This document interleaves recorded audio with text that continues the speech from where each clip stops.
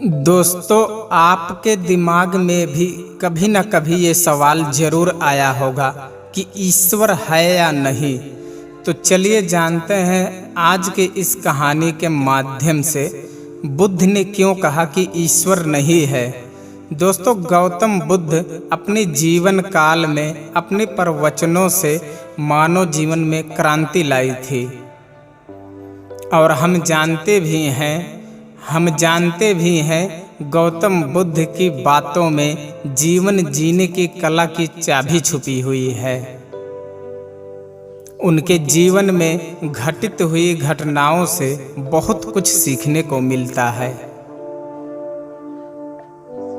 ऐसे ही एक घटना के बारे में आज मैं आपको बताऊंगा। गौतम बुद्ध के समय में एक सवाल उनसे अक्सर पूछा जाता था कि ईश्वर है या नहीं, और हर बार बुद्ध एक अलग जवाब देते थे। ईश्वर के बारे में पूछा गया यह सवाल आज भी पहेली है और बुद्ध के समय में भी पहेली ही था। लोगों ने यह सवाल कई बार बुद्ध से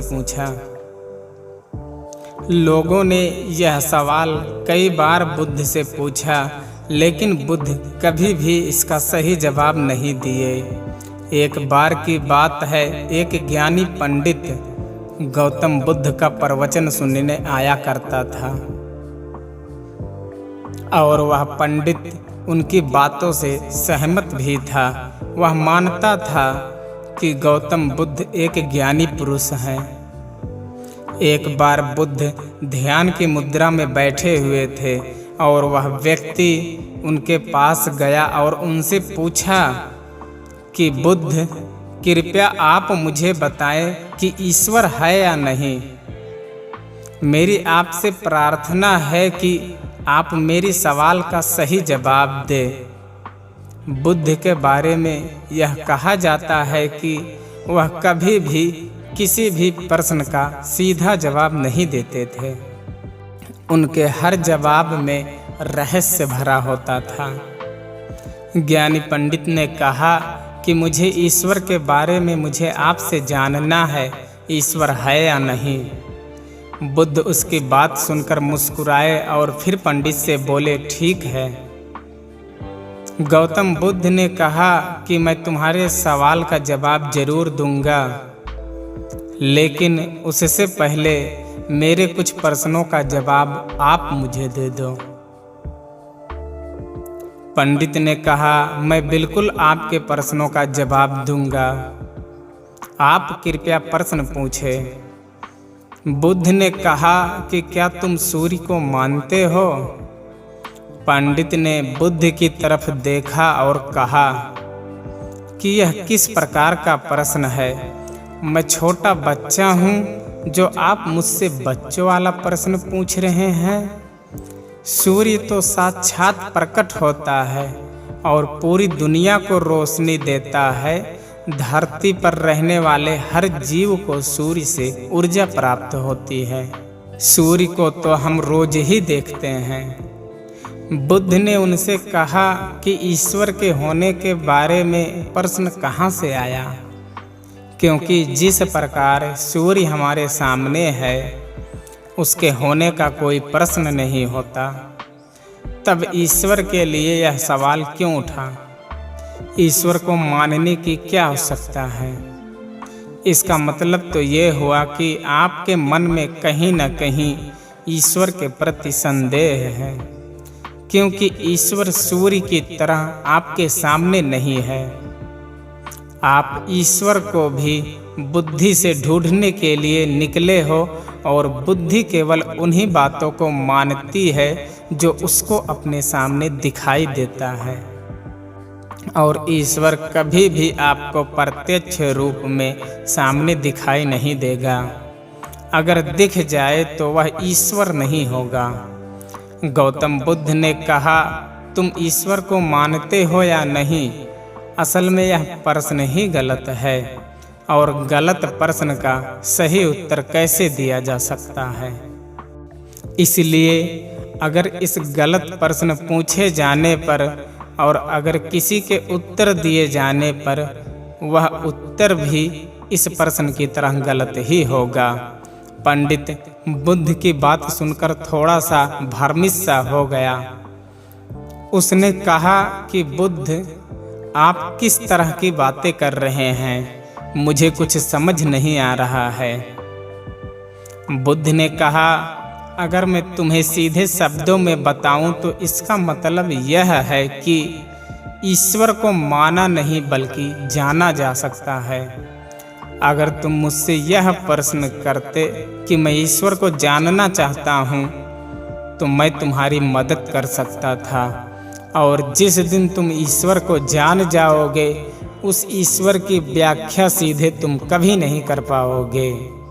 लेकिन लोगों को ईश्वर के दर्शन का स्वाद चखने में मदद जरूर कर सकते। तुम अपना अनुभव कभी किसी को दे नहीं सकते, लेकिन किसी को अनुभव कराने में सहायता जरूर कर सकते हो। दोस्तों, आपने बुद्ध के जीवन की कितनी कहानियाँ या किस्सा सुना होगा।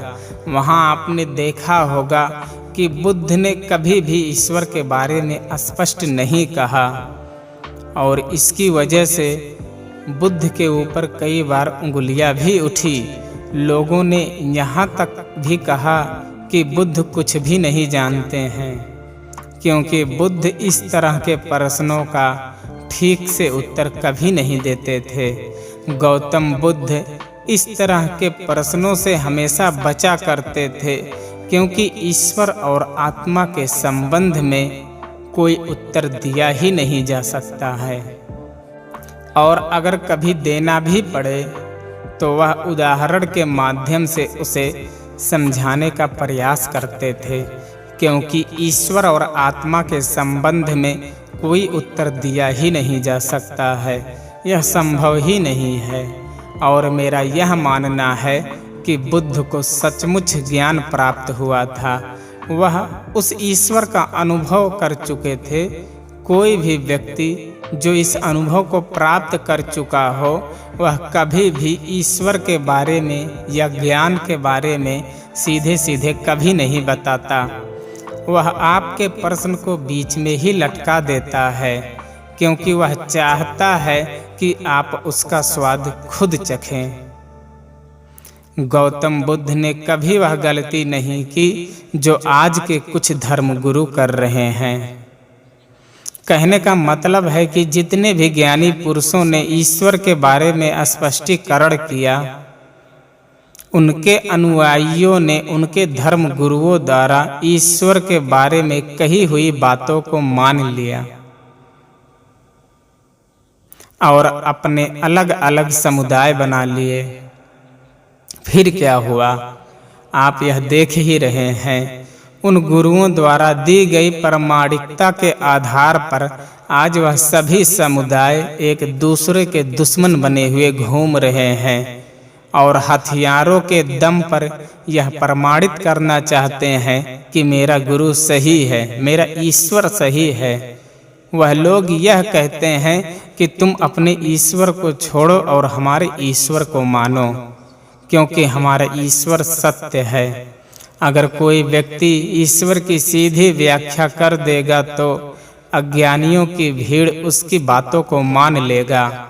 वह भी ईश्वर का अनुभव कभी नहीं करेगी। वह भीड़ तो केवल आपकी कही गई बातों के आधार पर किताब लिख देगी और हाथ में तलवार लेकर चल पड़ेगी कि हम अपने समुदाय को बढ़ाएंगे, अपने धर्म को बढ़ाएंगे, प्रचार प्रसार करेंगे।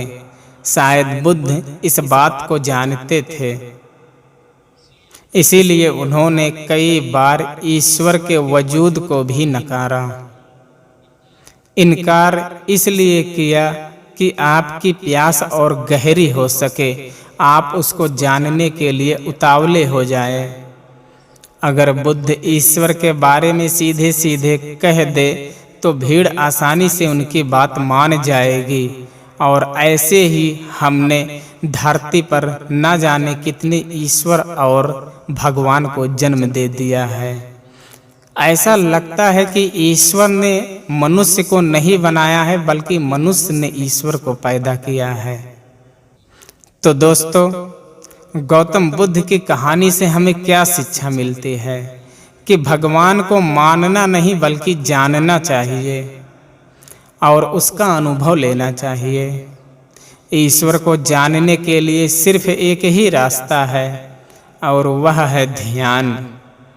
ध्यान में जितनी गहराई से जाओगे उतना ही तुम्हारा ईश्वर के प्रति अनुभव होता जाएगा और तुम्हारे सभी प्रश्नों के उत्तर भी तुम्हें मिल जाएंगे। तो ये थी आज की कहानी दोस्तों। उम्मीद करता हूँ कि कहानी आपको अच्छी लगी होगी। तो वीडियो को लाइक और शेयर जरूर कर दीजिए और चैनल पर अभी नए हैं तो चैनल को सब्सक्राइब नहीं किए हैं तो चैनल को सब्सक्राइब जरूर कर लीजिए, बेल आइकन प्रेस कर लीजिए ताकि आने वाले सभी वीडियो के नोटिफिकेशन आपको मिल सके और आप वीडियो को सबसे पहले देख सके। और वीडियो देखने के लिए बहुत बहुत धन्यवाद। नमो बुद्धाय।